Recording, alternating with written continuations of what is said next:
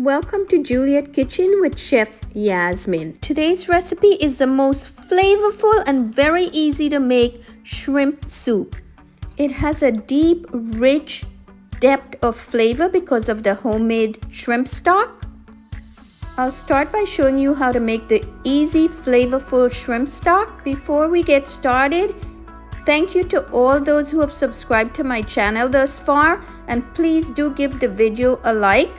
For those who haven't subscribed as yet, your subscription is very much appreciated. Thank you. I'm using a deep 3/4 saute pan to make the shrimp stock. It's going to be the same pan that I'll use to make the shrimp soup. In here, I saute my onions. Any type of onions you have on hand works. Garlic and fresh thyme adds deep flavor to the stock.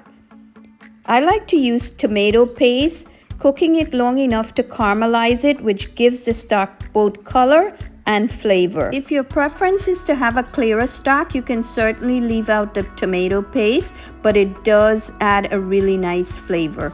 I usually try to buy my shrimps with the shells on and then freeze it so that I could make stock. I cook the shells for a couple of minutes with the aromatics and then add white wine to deglaze the pan. You can use some beer if you prefer here, or you could just use water. Once the pan is deglazed and the wine is almost dried, I add in my water, bring it to a boil and allow it to simmer for 20 to 25 minutes.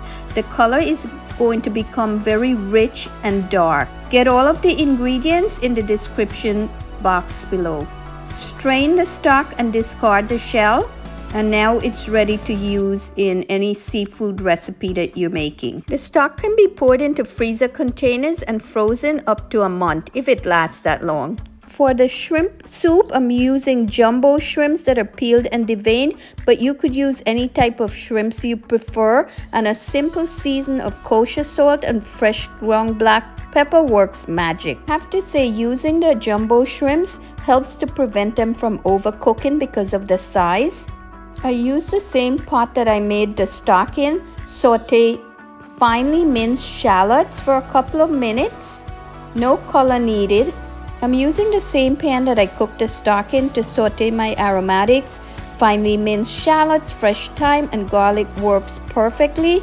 The shrimps are then added and cooked for no more than 2 minutes, just until they start to change color. They will be undercooked at this point, but that's okay. Just don't eat them raw. Once the shrimp starts to turn pink on both sides, remove and set aside. They will finish cooking in the soup broth.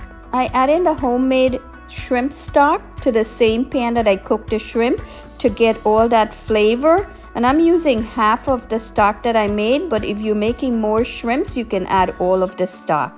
To this, I like to use coconut milk, but you could use any type of cream that you like.